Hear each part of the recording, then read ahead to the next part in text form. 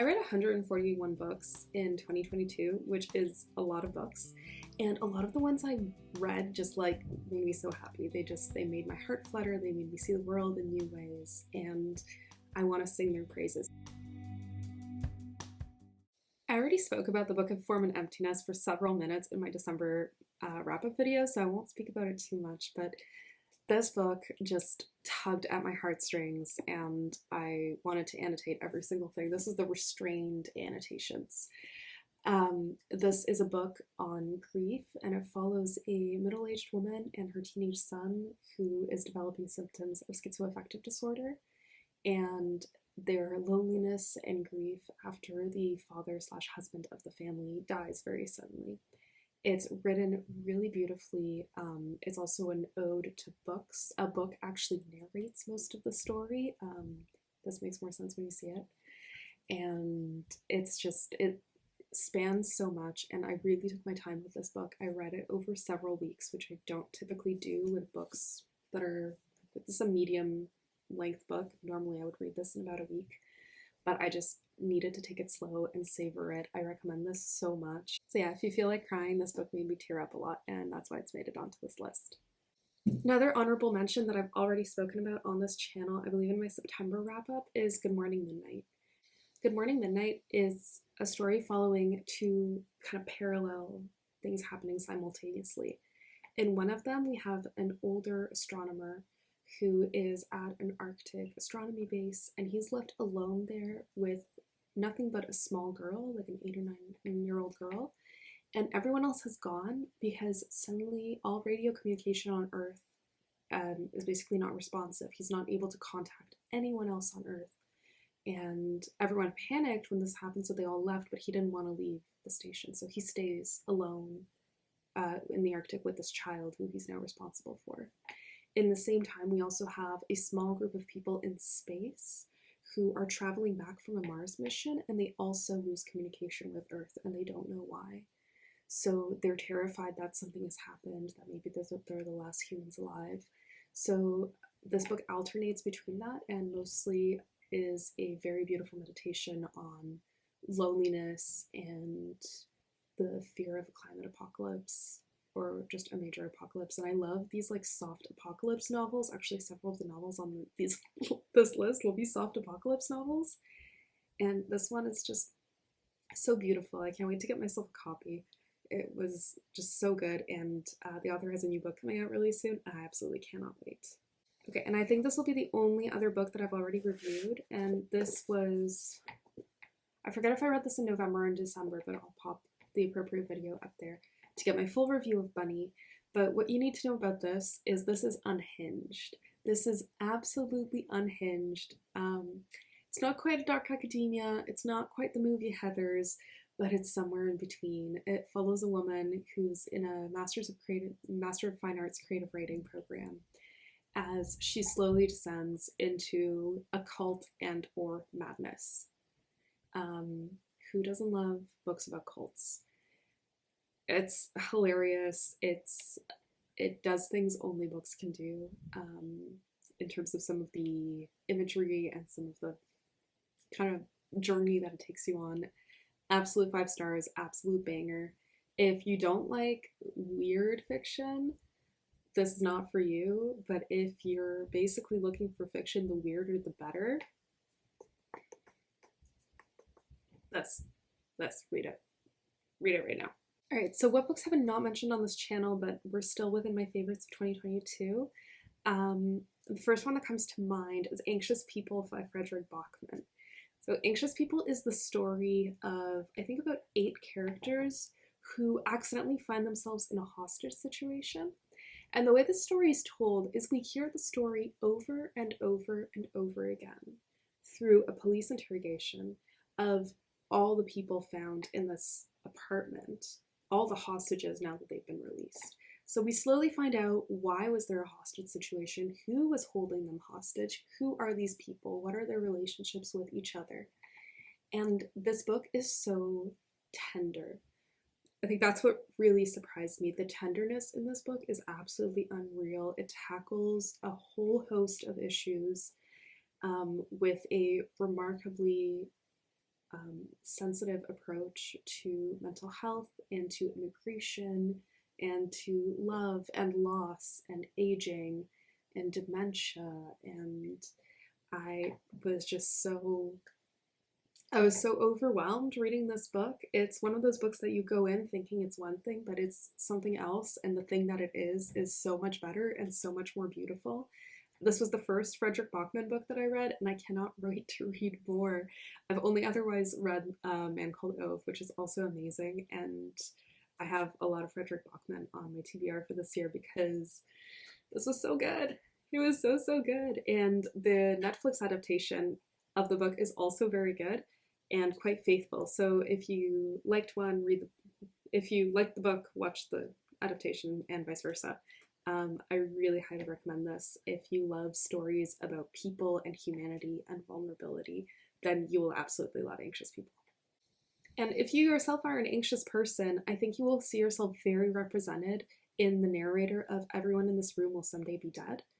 Our narrator is a highly, highly anxious, extremely anxious person. And we get her inner monologue since she's narrating the book. And oh my gosh, so relatable, so relatable. If you have any anxiety anywhere on that spectrum, you will feel for her. So what happens in this book is we open up with this 20-something-year-old lesbian who's extremely anxious and who finds a flyer for free group therapy at a church. And she's like, great, I probably need that. I'm going to go. So she shows up at this church and she's like, hey, I saw the flyer, or I saw the ad, or whatever. And the minister at the church looks at her and goes, oh, great, you're the new secretary. Awesome. Do you know how to work email? And she's like, yeah, I know how to work email. I live in the 21st century. This old minister's like, awesome, you'll be a great replacement for Rose. Great. Okay, you start today. So she accidentally gets herself a job as the church secretary, which is pretty hilarious. And the rest of her life is kind of falling apart. Like she's struggling with her family relationships, she's struggling with her romantic relationships, and her anxiety is out of control. She's really struggling to kind of do anything, basic living tasks. But she's somehow managing to drag herself to this job, and then some weird stuff starts to happen because she starts going through this email account that this previous secretary had, and it starts to seem like something's not quite right. And also she does impersonate the dead secretary because she doesn't want the secretary's pen pal / long distance friend to know that the secretary is dead. Hilarity ensues, tears ensue, a beautiful story ensues. It's so memorable and so beautiful, and this is such like a little novella that's just going to tug at your heartstrings, and absolute like 5-star banger. If you're an anxious person, you will love this, and we're all gonna die. The last book on my honorable mentions list is one of the 2 nonfiction books that I'll talk about today, and this is the autobiography that Trevor Noah wrote, Born a Crime. I knew so little about apartheid in South Africa before reading Born a Crime, and I feel like this was such an interesting insight into it. So given that Trevor Noah is biracial, he has a black mother and a white Swiss father, he successfully passed as kind of several different races depending on the context he was in and depending on how he presented himself. And he grew up in South Africa. So he talks a lot about his childhood, and some of the anecdotes are hilarious, some of them are horrifying, and all of them provide this really amazing glimpse into a world that just I, as a Polish Canadian, had very, very little knowledge of.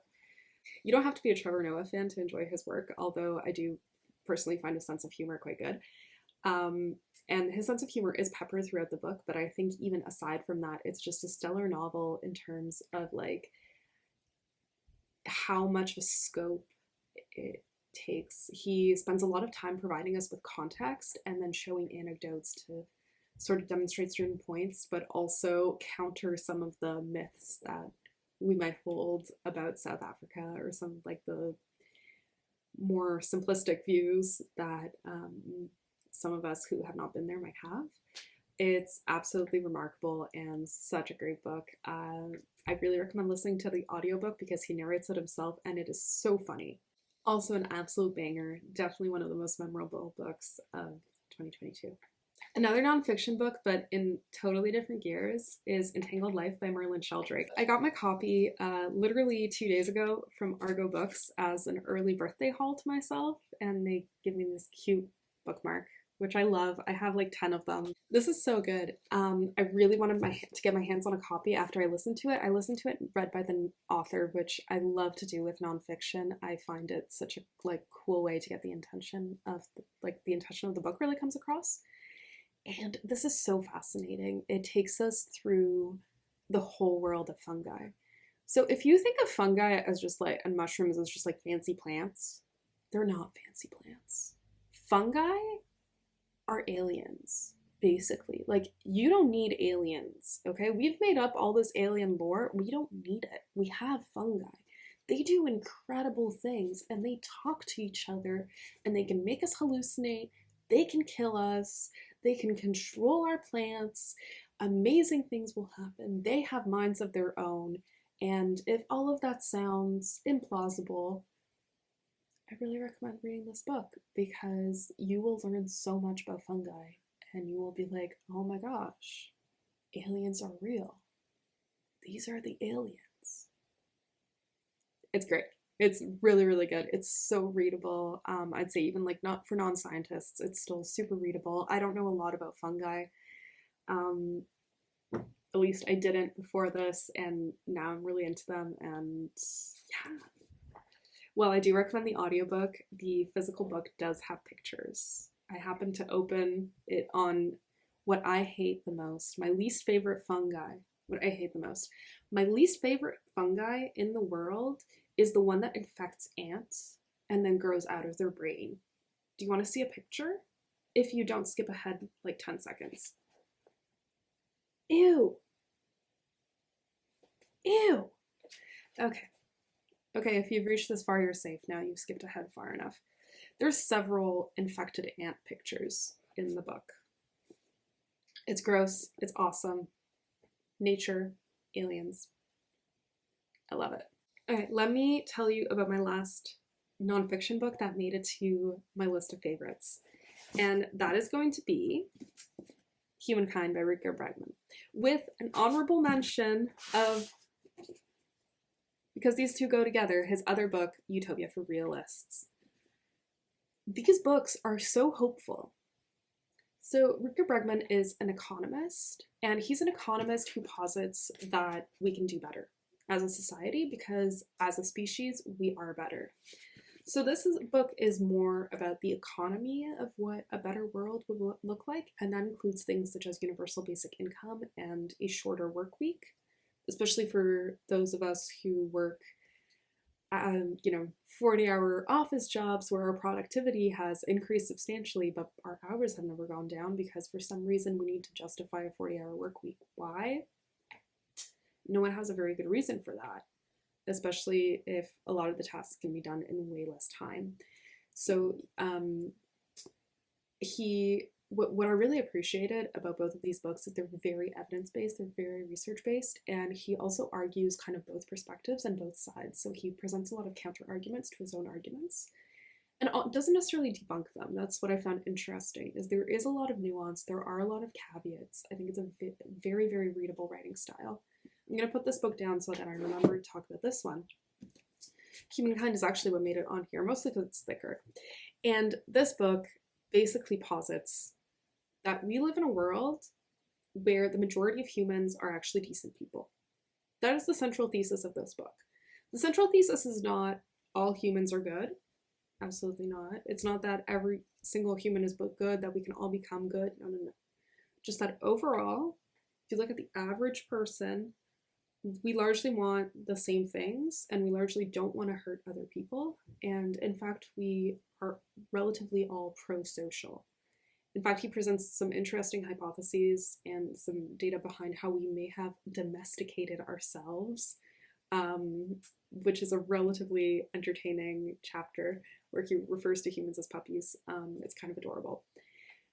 But all in all, I think what I found really interesting with this book is he takes a lot of the studies that have proven that human nature is horrible, such as the Stanford Prison experiment or like Milgram's shock experiments, etc., and debunks them in the sense that he talks about why they might be flawed and also talks about what results were withheld from the public and why this has become such a good story. He also debunks some of the kind of common narratives we use about justifying that human beings are terrible because look at this happen, look at this happen, look at this happen. Like, he does talk about Nazis because that's sort of an obvious example many people will reach for. Absolutely fascinating. And even if you don't leave fully agreeing with him, I think this is still a book that's going to make you think a lot. I really, really recommend it. I think it's a book you want to take slowly and just absorb. And I think this is probably one of the books that made me think the most that I read this year. So that's why this made it onto my favorites list. The Memory Police by Yoko Ogawa. So I've read 3 Yoko Ogawa books this year, and it was the only 3 that I've ever read of hers, and I can't wait to read more because her writing is so ephemeral and so beautiful and so like about the nature of storytelling. The Memory Police is set on an island, possibly in Japan. It's never fully specified, but kind of context clues tell us that it's in Japan. And things suddenly go disappear on this island. It's not that they go missing, it's that they become erased from collective memory. So for example, one day birds no longer exist. So if you as a dutiful citizen have, let's say, a picture of a bird in your house, you have to bring it to the burning so that we can get rid of all the birds. And then the concept of birds disappears, the word bird disappears, etc. So the people on this island are so used to having these things disappear that it becomes the whole like frog in boiling water. Things get worse and worse and worse as more and more things disappear. And people who try to resist this disappearance are taken in by the thought police for essentially thought crimes, and they themselves then disappear.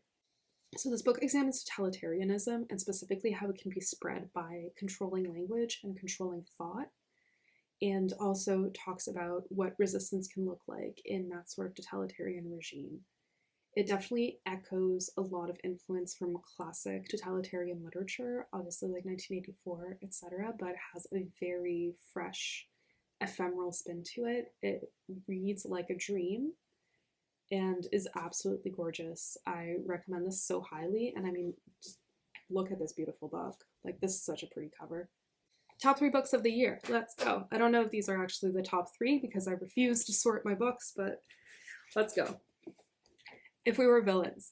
This is seared into my brain because there is a scene in here that I would expect from Riverdale.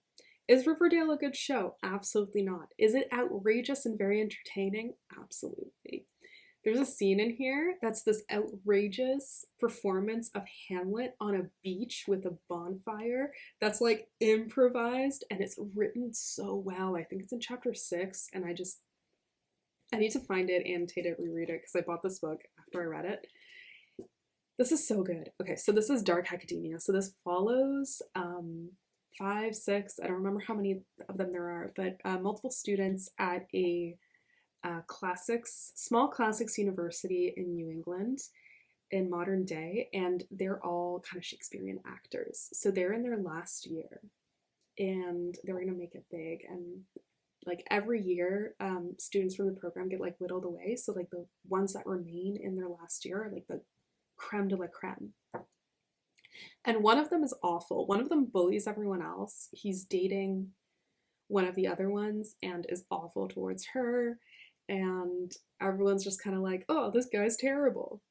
So when he dies, no one's that upset about it. But it's really freaking suspicious. The whole thing unfolds like a Shakespearean tragedy. It's written with so many like Shakespeare and classics references and is so dramatic and over the top, but like the book is so self-aware with the drama and over the topness that just you can't put it down. The writing is absolutely gorgeous and it's so beautiful. If you like Secret History, you can argue that this is a ripoff of The Secret History, but I would like to argue that this is an improvement, a significant improvement. I absolutely adore it. If you're looking for your next like pretentious dark academia vibes book, It's so good. It's so, so good. 5 stars. All of these are 5 stars. I don't know why I'm giving the star ratings. They're all 5 stars. Okay, so you know how I talked about Good Morning Midnight, and I talked about how I like the soft apocalypse novels? Well, these next 2 are soft apocalypse novels. The last 2 books I'm going to talk about in this video. And they both came out this year. One of them is Sea of Tranquility by Emily St. John Mandel. The only reason I don't currently own a copy of Sea of Tranquility is that it's not out on paperback yet, and I have a strong hatred of hardcovers that we can talk about at a later date. It is not relevant to today's conversation. What is relevant to today's conversation? This book. I hated the first 10 pages of this book. I found them extremely boring because we follow a young priest / missionary guy making his way to Canada, to BC specifically in 1912, and he's just kind of vibing in the forest, and I'm like, okay, I don't really care about this. But then the time travel starts. This book has time travel, time loops. You know what I love? I love time loops, time paradoxes, so good. It has a climate apocalypse. It has a pandemic, because why not? It has a very obvious self-insert of the writer that actually reads in such a touching way. And it has a futuristic story set in a colony on the moon. And everything ties together, because in Sea of Tranquility, we are bouncing between multiple timelines and multiple characters, and the timelines bleed and echo into each other, and we have one character who is time traveling between all of them and trying to solve the time paradoxes.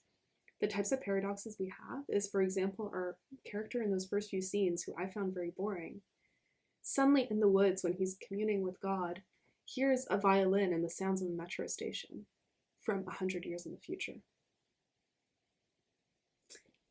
There's a glitch in the Matrix.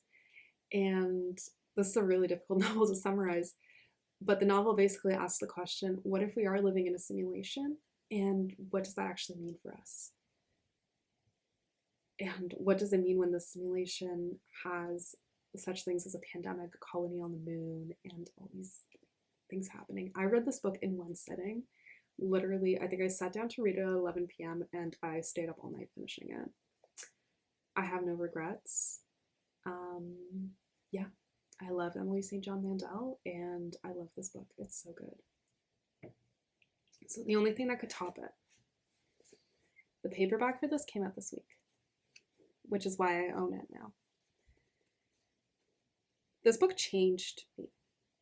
How High We Go in the Dark is also climate apocalypse fiction. And I'm going to gush about this book now, because it is amazing. So it is a collection of short stories where characters reoccur. So maybe a minor character from one short story is a major one in 4 stories later. It also spans across time. We start around present day and go well into the future, but also well into the past. And it follows this idea. What if, when the ice caps melt, a deadly virus that we have no immunity to is released? What happens then with our current technology and in our current climate? Our current socio-political climate, also our current actual climate. One of the most harrowing stories in this that cemented this as an absolute favorite for me is a story that follows what happens when this virus is released. So this virus mostly targets children, and it basically messes with a cell's epigenome. So it starts turning cells that should be working as if they were in one tissue, it turns them into cells of another tissue. So your lung cells start to act like brain cells, or your brain cells start to turn into cardiac cells. And eventually this leads to death because you have a total disorganization of the body, basically. And it mostly affects children because they're the ones growing the fastest. So a lot of people become proponents for euthanasia because the death is very slow and very painful. So this book has a short story about a theme park for children that gets transformed into, notably, a euthanasia park for children. So they have these great, last few days riding roller coasters, and then they die. And it follows, that short story and specifically follows a character who is working at this theme park and like interacting with children, and then falls in love with the mother of one of these children.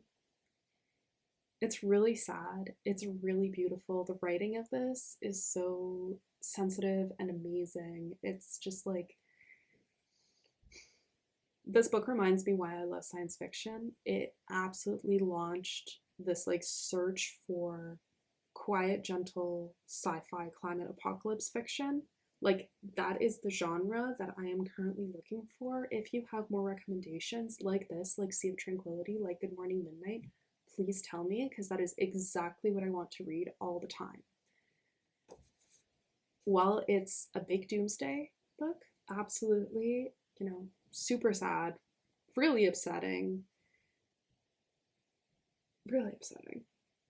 It's a huge doomsday book. It also ends on notes of hope and also touches on our humanity and our relationships with one another and with our planet and with our solar system. So this is my favorite book of 2022. Anytime anyone asks me what my favorite book of 2022 was, this is the answer I give. And the reason for that is just I feel it's so contemporary right now. It's so applicable. It's so perfect. I need to reread it. I need to reread it daily, monthly, weekly, all the time.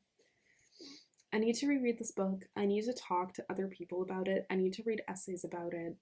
I am absolutely enamored. And if there was one book on this list that you are going to read, I really think it should be this one, because given how we're currently coping with late-stage capitalism and a upcoming climate apocalypse, honestly, probably, and a global pandemic, this book has all of those and shows us what facing crisis might look like and what finding hope in those crises might look like. And that's what matters the most, I think. So yeah, please read this. It's so good. It's not very long, and it's absolutely extraordinary. My glasses kept falling down the whole time, but we got through it. We made it through the list. Thanks so much for watching, and I hope you read a really amazing book and that you have a wonderful reading year. Okay, bye.